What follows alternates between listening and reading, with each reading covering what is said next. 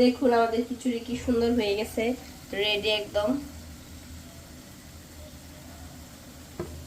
এখন এই যে আমাদের কষাও ভালো করে হয়ে গেছে। এখন আমরা মাছগুলো দিয়ে দিব। মাছগুলো দিয়ে দিই।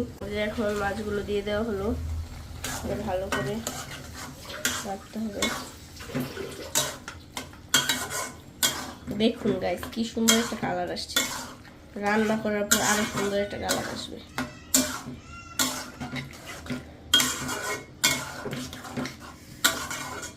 এই মাছে অনেক পুষ্টি, যারা যারা খায় না এই মাছ খাওয়া উচিত, সবার জন্যই ভালো।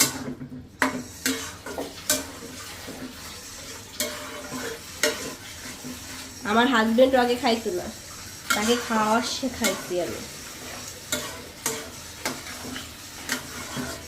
এখন এটা কষবে ভালো করে।